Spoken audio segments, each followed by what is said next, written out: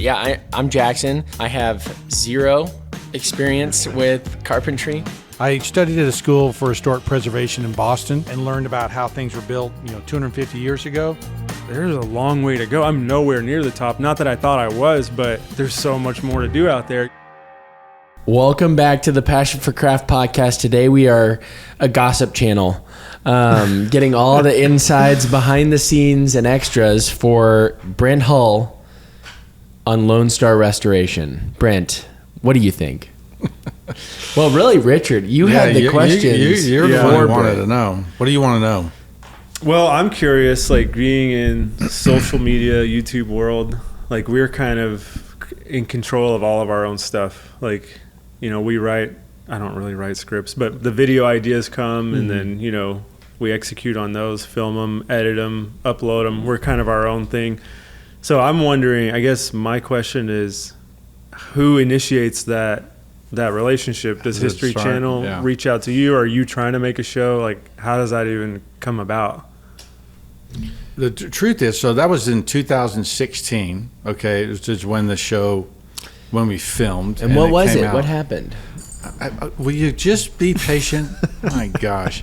So I think it's important for some people who are like, Lone Star Restoration, what's that? Like, you had a show on History Channel called Lone Star Restoration. We're going to give a little behind the scenes. That's all I wanted you to say. Do I need to say it again? Why don't you? So probably in 2000, going back to even probably 2014, right? That was the rise of HGTV. That was and I felt like if I had a show on one of those channels, I would make it, and thought that was the end all be all. And so He came home saying, like, I'm dreaming of becoming a star one day.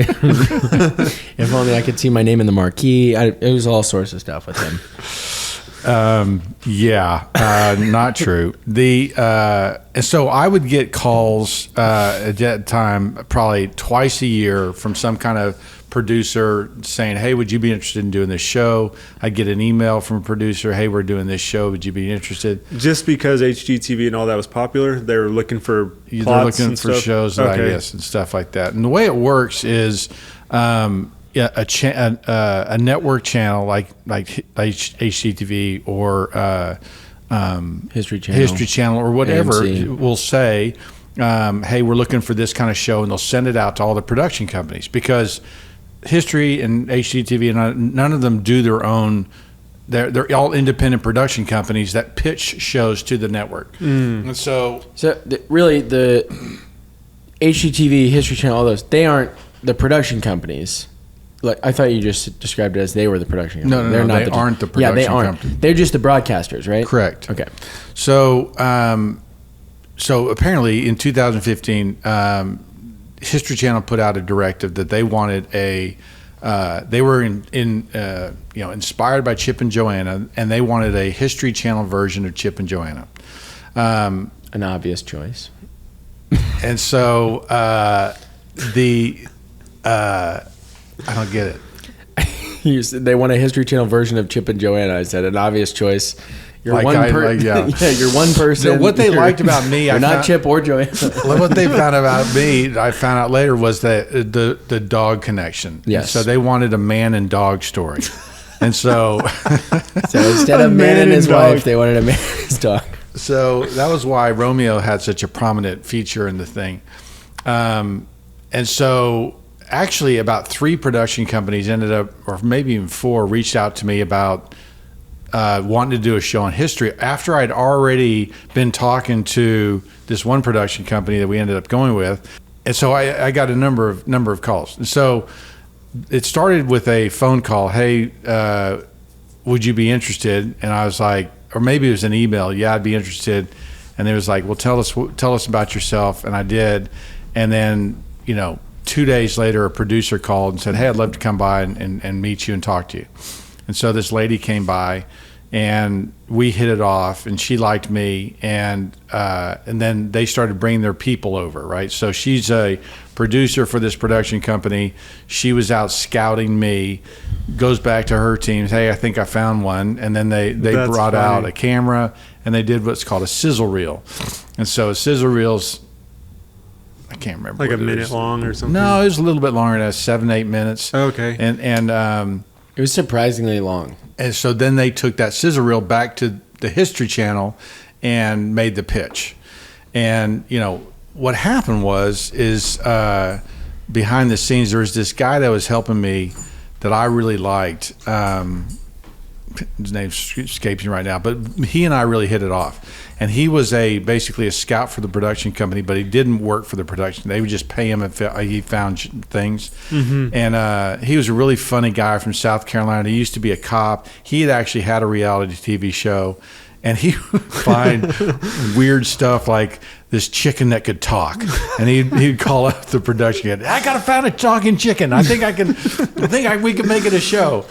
And so he was a real character, and so. But he and I hit it off, and so he would kind of pull me out. He would make me laugh, and so we would start talking. And so what ended up happening is they had me sit down in the chair, and they have a camera running, and they're like, "Well, tell us why this show will be good." And I would talk about, well, we're going to talk about historic preservation. Well, tell us what, you know. And so they weren't getting the answer that they wanted, and that's what happens with these, you know, showrunners and things. They'll ask you questions like 5 different ways until you say it in a way that they really can use is or money. They like and it. And so they kept egging me on. And finally, I was like, they were like, well, what's wrong with HGTV? What's wrong with this? And then, because they knew it was a hot button for me.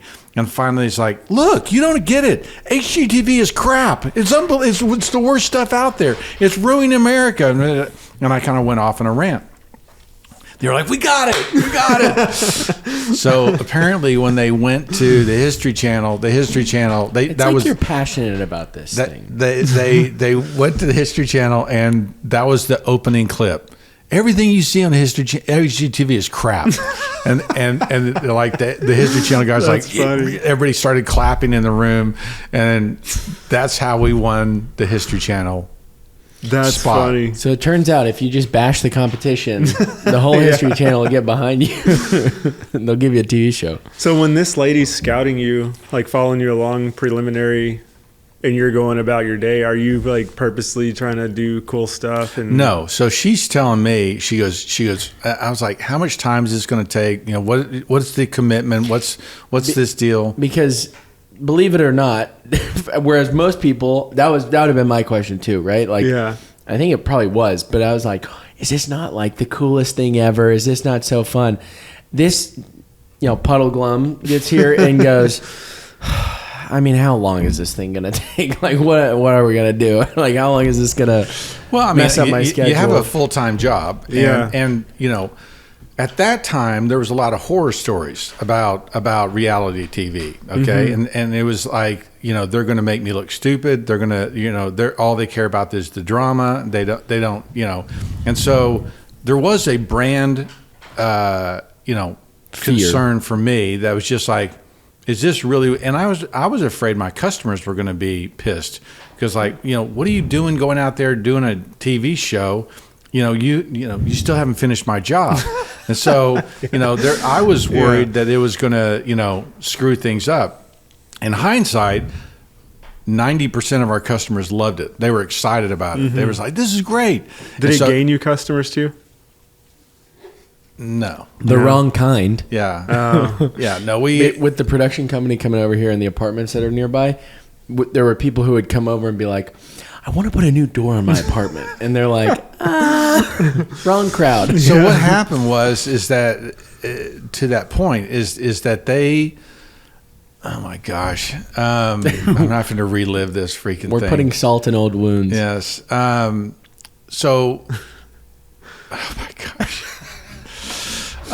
It's so funny because it was really like, I got to be a PA on the show. So production assistant, I got to like, is it PA? Yeah. I was like bottom of the totem pole, but I was helping out, which was really fun because I got to see like the behind the scenes and like a movie, you know, like TV. Yeah. It was crazy. And I'd go talk to him and I'd be like, this is awesome, right? And he's like, it's a lot of time. It's a lot of work because, well, I guess there's more behind the scenes stuff. We'll get there.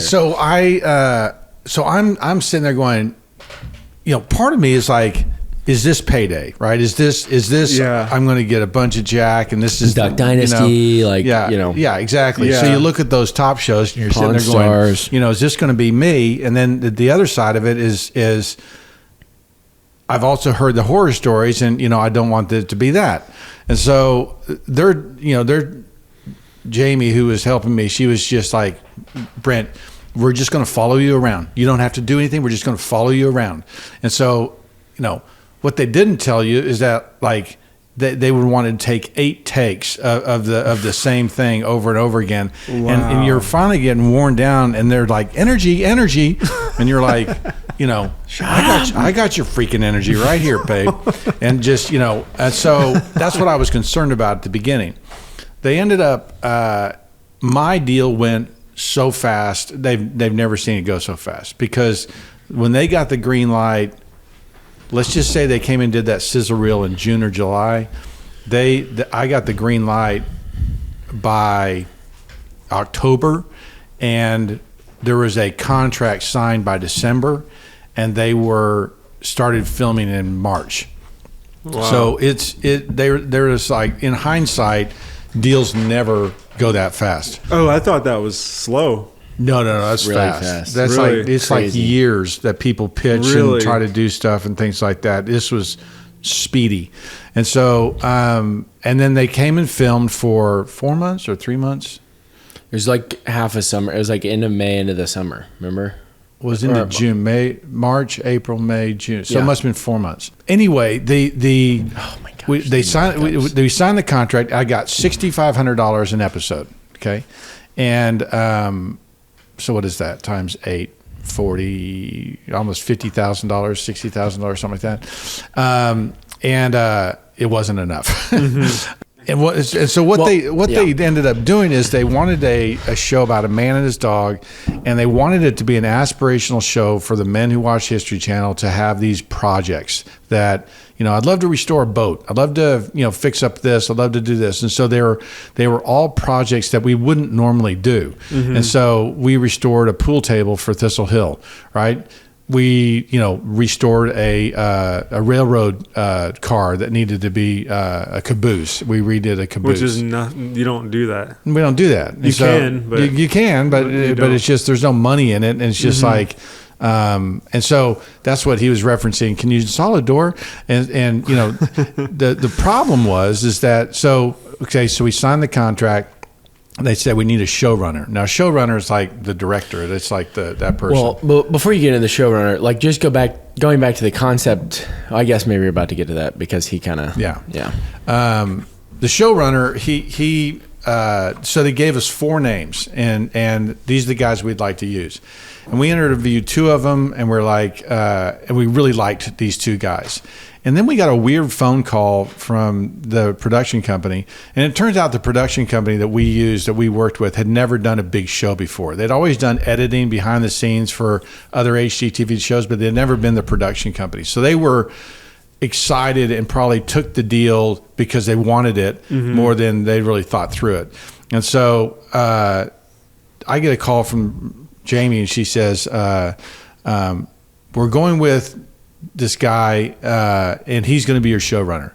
It's like, wait a minute, why was I interviewing these people? Why are they giving me this guy? And it turns out later, she goes, we don't know. And I was like, is this normal? Is this the way this thing works?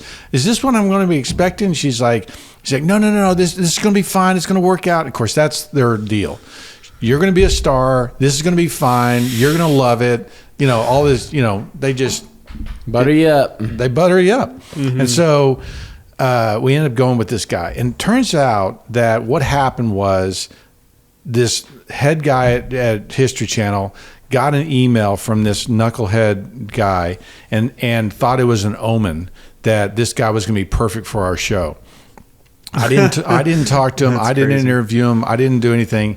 And this guy shows up. Because of the timing, because of like what it was like, because they were about to sign with this other guy who he had interviewed and they liked. And then they get this email in the 11th hour, and the guy goes, well, Yeah, this Right? one. Yeah. Yeah. Well, that's what we understand. Yeah. We that don't guy, really that guy know who anything. did that ended up getting fired because of it. Because they saw executive? they saw my energy on the show with the first people and then the last showrunner, and looked at what was going on with the first showrunner, and they're like, this guy screwed it up. This guy screwed up the whole energy. It was like same production company, same everything. The only thing that changed was the showrunner. Then is really important. They said the director, and they said that he sucked the energy out of me. He was a bad guy. Yeah. And just not just you. yeah. Well, that's true. So anyway, they show up with their.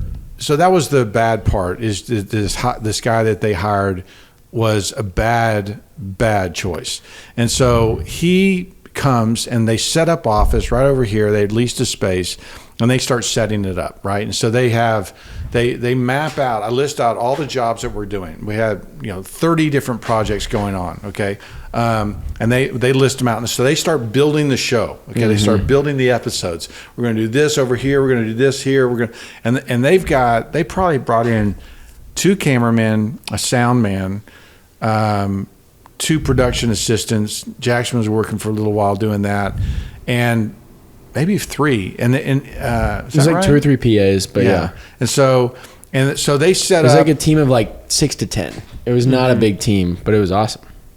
Yeah, I mean, but you consider, that what I do with Kristen and Austin, and sometimes it's one camera and a microphone, what you do, right? Right. It was a bigger crew. Yeah. And so they would go out during the day, do B-roll. They were all over the city, and they were doing all this stuff.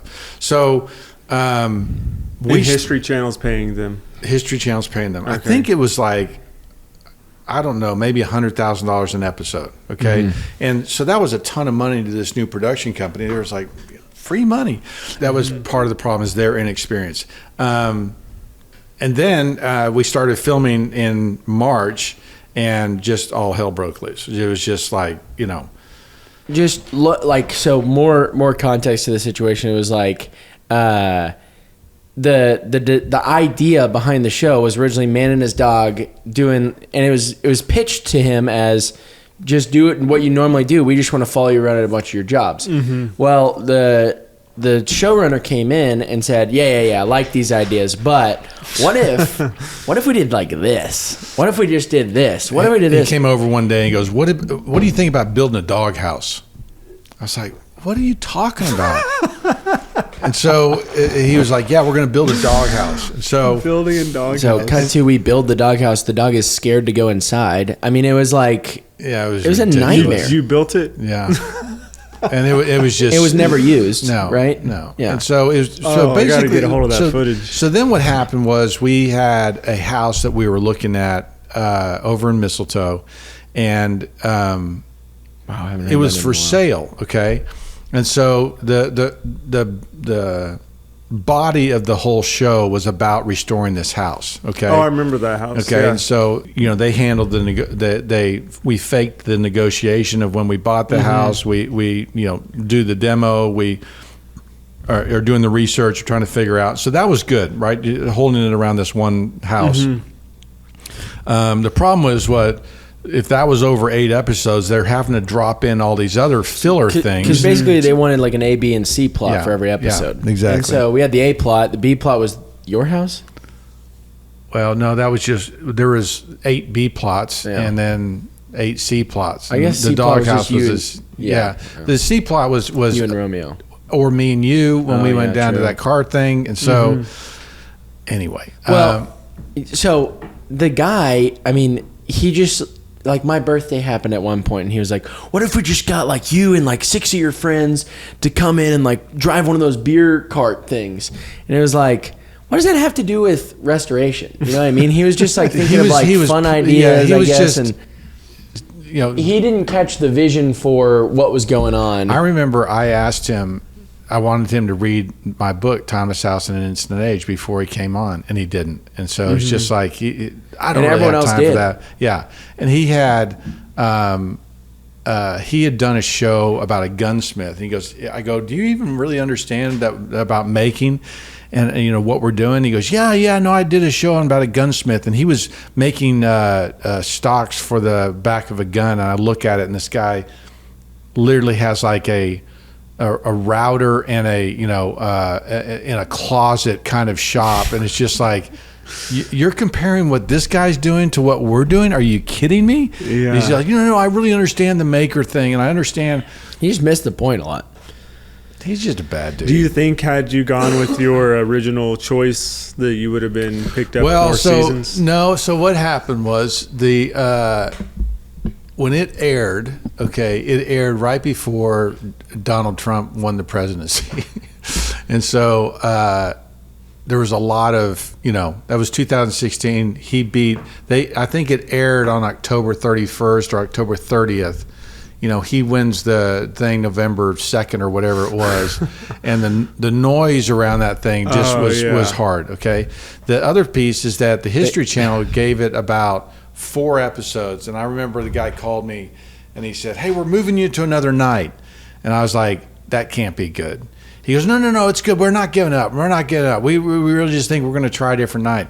The other thing is it didn't come on in Central Time until 9 o'clock or 10 o'clock. It was crazy. So they did it after Pawn Stars. And so it was at first, and then they moved it to during Monday Night Football. Yeah, no, it was just the wrong call. They kind of gave up on it after it didn't work after the first or second episode, and so I mean.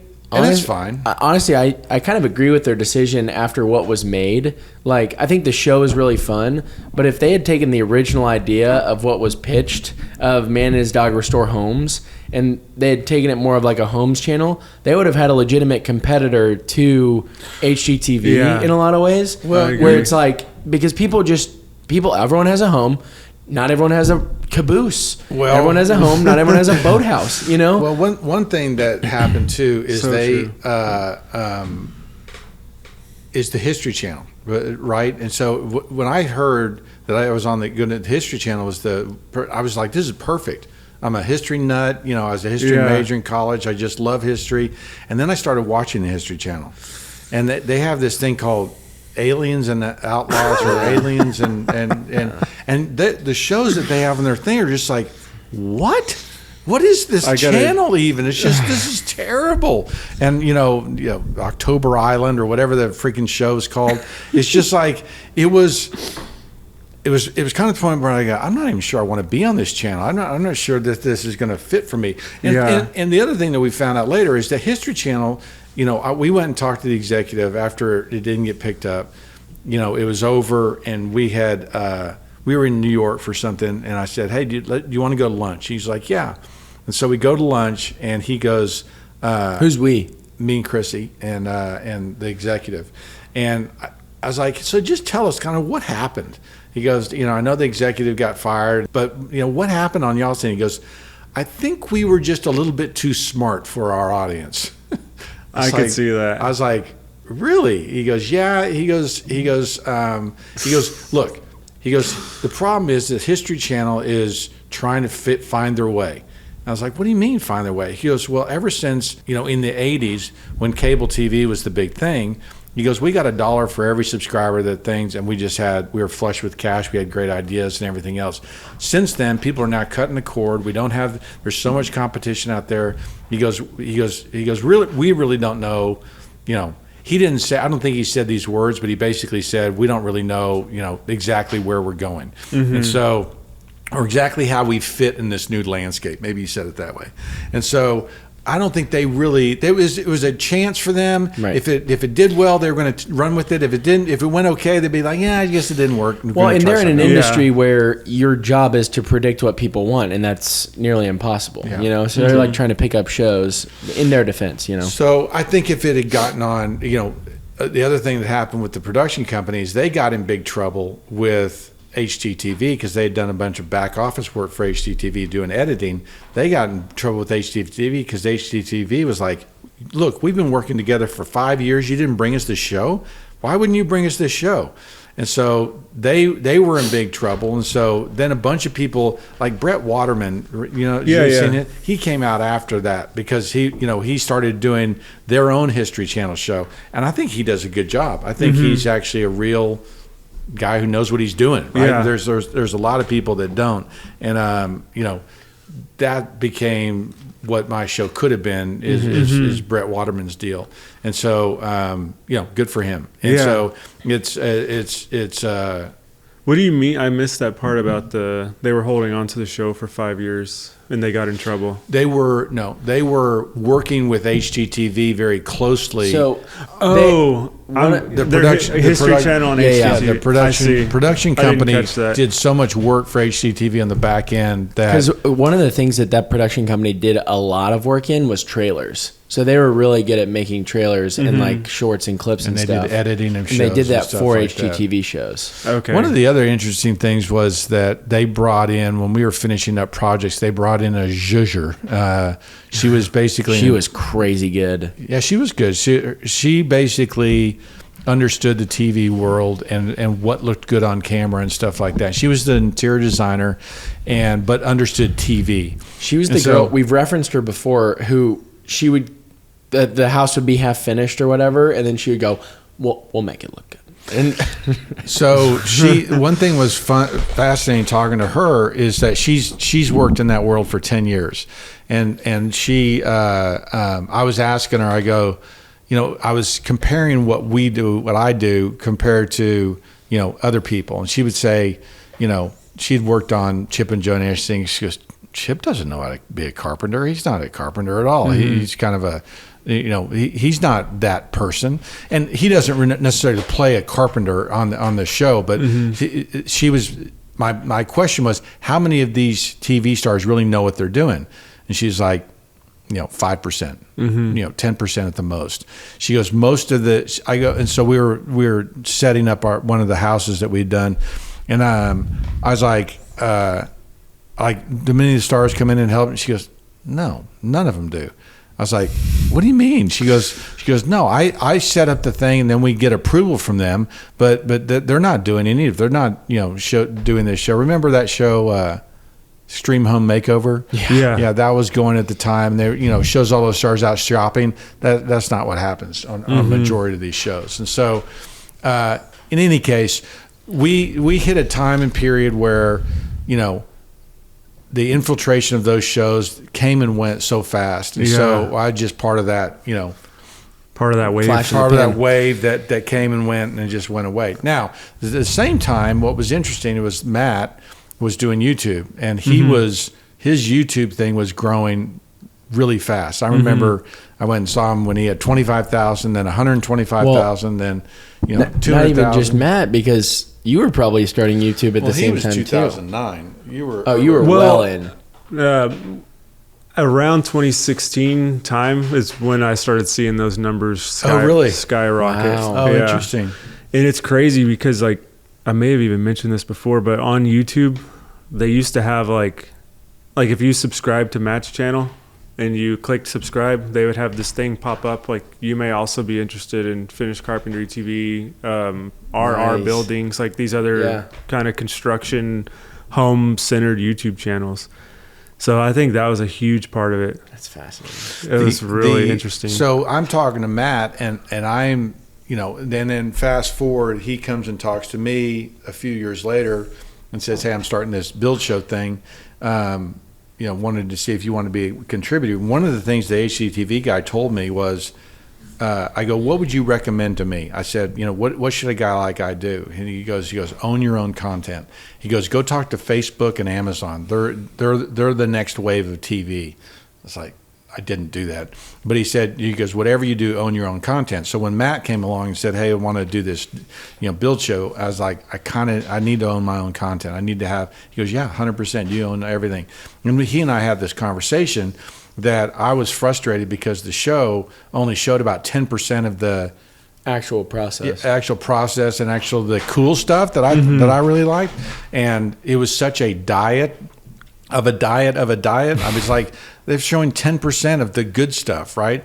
And so he and I didn't even get to see the show until it aired. Yeah. That's weird. It was weird. Like that. And so You didn't have fun. I was just saying to Matt, I was like, look, I go, what's it like in your world? He goes, it's awesome. He goes, I get to determine everything. I get to, I control everything. Mm-hmm. And I was sitting there thinking about my History Channel experience and how frustrating it was and how I didn't have control and how I went back to the editing office and then who knows what they were gonna include or not include. Mm-hmm. And none of those guys that were editing or doing this stuff knew about preservation, knew what the cool stuff was. So then you're like, the great thing about YouTube and about what we're doing now is that I get to tell the story the way the story needs to be told. And so, just another piece there. I got told by a lot of like the background, like PA people, there's like two schools of thought when it comes to how you do reality TV. School of thought number one, which I think would have melded better with your mentality, is what shot do we want to get? Let's go in, let's get that shot, and then let's be done.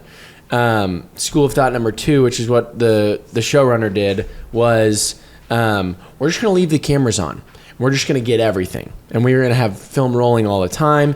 And the crew is like, yeah, that's fine. Like, we see both schools of thought every time, but there is a better way of doing it. And if you're like planned and you have an idea of like what you want, you can just get in, get out. And they're not uploading memory sticks of like, gigabytes and gigabytes and gigabytes of data. Yeah, exactly.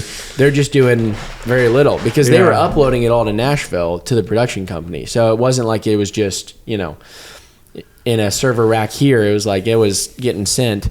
Anyway, but all that to say, like, I think part of the problem was they were asking so much of your time. But then also, like we heard later, like you were doing essentially the job of a producer or a showrunner, and the producers were doing the job of the showrunner. And I would get there and I'd say, "This is what we need to capture. This is what we need to do. This is the shot. This is the important shot." But then, if you think about that, if the philosophy that the guy's using is let's just keep the cameras rolling, and then it's going back to another production company in Nashville, and he's the guy who's saying this is the shot we need to get, who's being told that whenever they get the stuff? No one was. So anyway, it was the other thing that was really hard about it. It was that when those guys were there, and when we started filming, I would Chrissy would say that I'd come home and I'd just kind of be just wiped, and I was working 7 days a week. We were filming all day on Saturday. We were Sunday there. I was trying to play catch up at work, right? Trying to catch up with all the stuff that I was doing. Like do your real job. And they were 80, 90 hour weeks. And it was just like, I was just exhausted. I was just exhausted. Was all $50,000. Yeah. You didn't get any more compensation after that? No, sir. Well, there were some minor brand deals throughout the mix. Which I never saw. You never saw? No, I never got any money for those. I thought you got the M&M deal. No. Mars. So the one time they asked us to eat M&Ms on camera. There was I was the holder. And then there was another time they were saying, "Do you want a Ford truck?" They would come in and say, "Do you want a Ford truck?" It's like, "Yeah, that'd be great." And they're like, "We're going to get you a Ford truck." Never got me a Ford truck. It's just like it was just crap like that. Yeah, that's rough to get $50,000 and they're telling you to do like 8 takes of something. It's like not even worth it, And then when the new showrunner came in, she was so professional and so organized. And I would show up, but it was only the last. It was pickups. It was pickups. 2 weeks. Yeah.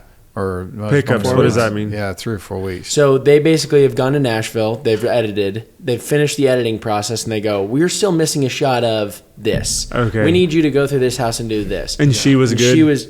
I don't know. My gosh! I wasn't there for a lot of her. Was she the Australian girl? She would come in and just go, "Okay, this is the shot we need." Okay, this is the shot we need.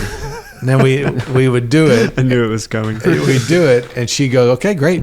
He goes, "You're free. We'll see you back at 3:00. See you back at 3. And I would go, wait, that's it? You're like, this is so night and day compared to the way it used to be that it was just like you got a glimpse into how it could have been. And you're just like, oh my gosh. So if you could do that again with her now, would you do all that again? That's the question. That's the $100,000 question. That's a great question, Richard. I think that I would consider it. Okay, it would have to be the right situation. It would have to be the right people. It would have to be the right team. Well, it would have to be the right, set it up the for right us. Story. Would you hire Valen again, like that crew? Oh yeah, Valen was incredible. Valen was great. She was a production producer. She was doing a lot of the job. I liked a lot of those people. I like Gary was awesome. Gary was awesome. He was a cameraman. Well, Gary Loy was great. Oh, he was great too. He brought me along. Lone Star, the sound guy, was awesome. Oh yeah, Austin was so great. The people were really good. It was just the process and it was fun because you got to meet these people. You were like day in day out with these guys. I'm still in touch with Gary. Gary's the camera guy. He's down in Florida now. He does ESPN filming or he does NFL filming. Yeah, he does ABC Sports and NFL. Well, wait. Just to further Richard's question for you, like just set us up, like give us the ideal situation. Well, I mean, so I think the reality is different today in that, I've got... Wait. Just let's go back to 2016 first. Or 2014 or 15, whatever. Would I do it again in 2016? With the right... Like, what would it take for you to do it again then, knowing what you know now? Are you saying if I lived in 2016, what would I do? Like, to do take the knowledge that you know now. Well, would you do it again? I'm glad I did it. Okay. I'm glad I did it. I don't think I would have gotten on the Build Show if it wasn't for that. Yeah. And so I think that it's cool portfolio. Yeah. So right. And so I'm glad I did it. Cool. I thought it would be better money. I thought it would, and they told me, when we're finally getting down negotiations, they go, you really won't start making money until year 3. And I was like, why is that? And they go, well, you're going to do year 1 and they've invested this money. It'll show in the next year and when we'll figure out year 2.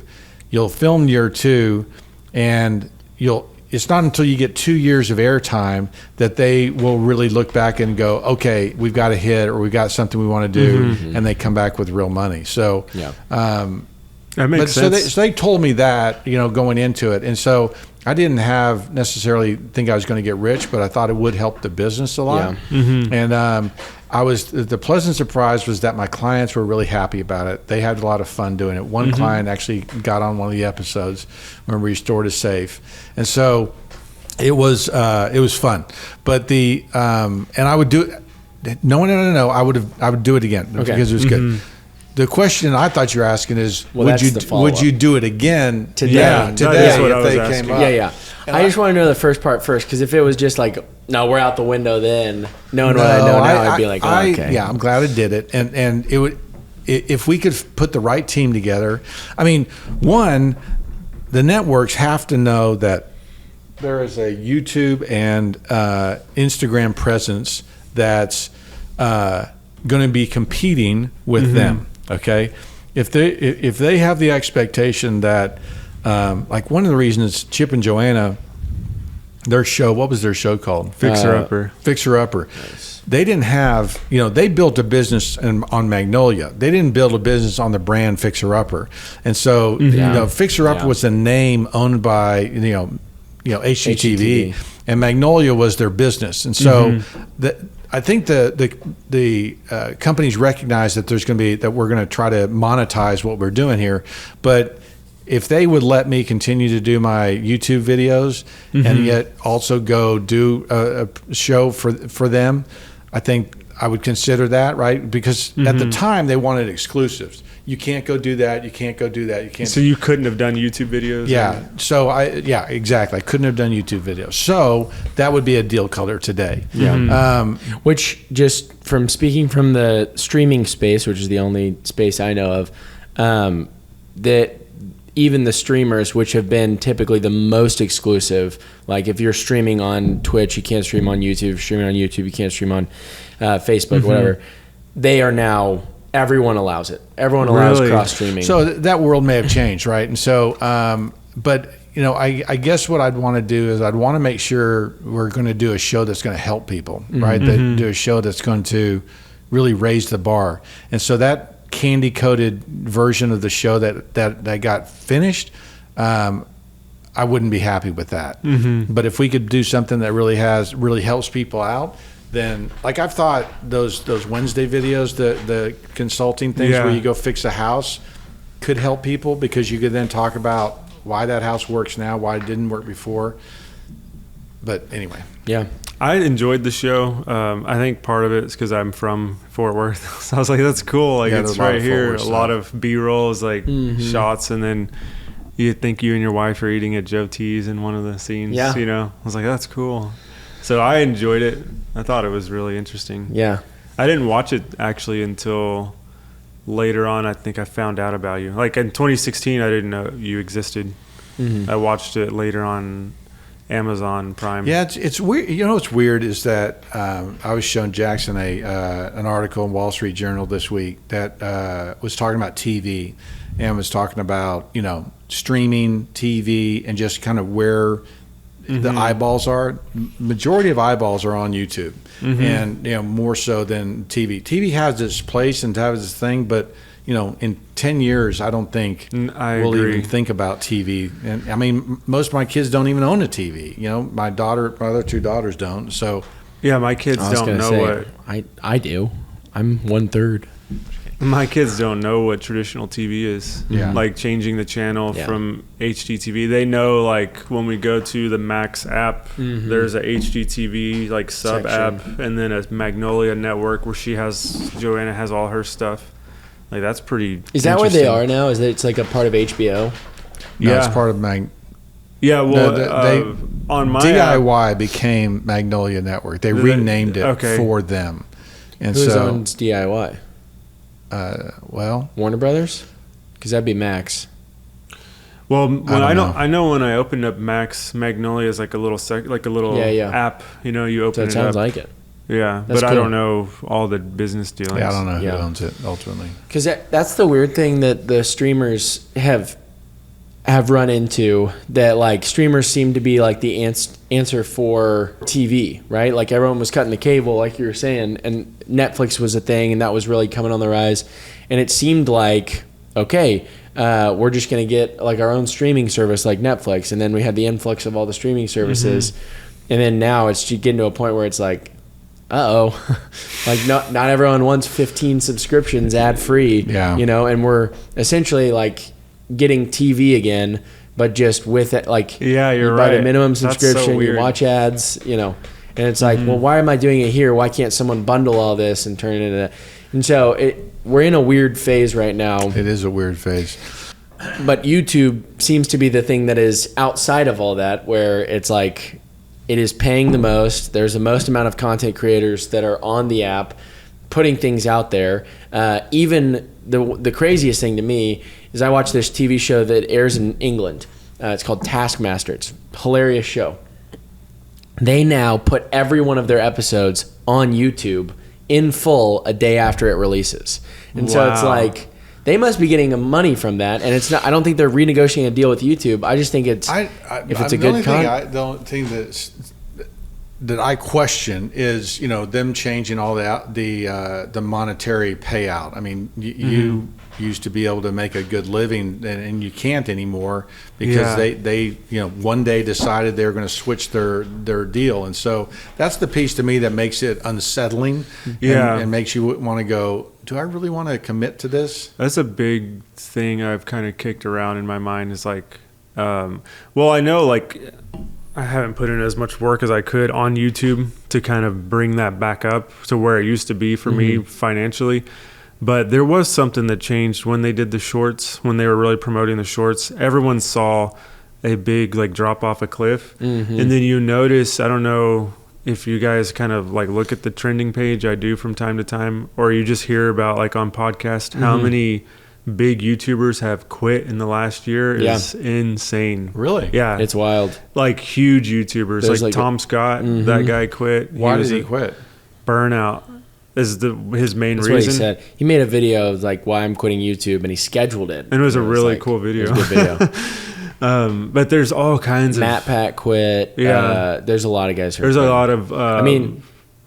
filmer people who quit, like people who teach you about gear, like a lot of them have just quit. If you look at, I mean, But is it all burnout, or is it that it's just not worth it monetarily? I think it's both. Yeah. I think a lot of these guys were young guys when they started their channels and started like their stuff, and now they are older with families and everything else, and they're like, look, I just can't keep doing the rate that I was doing, and I love doing it, but if I keep doing it at the rate that I'm doing it, it's just not healthy, basically. And I feel like I could say I was going through a burnout a lot like 2 years ago with YouTube, trying to put a video a week and do as much. And I was honestly could say I didn't ever really do filler content, like very seldom. Yeah. I always try to do something that I thought was actually really cool and valuable, which is hard to do every week. But I'm okay burning the candle at both ends if they're going to pay for it. But if it's like,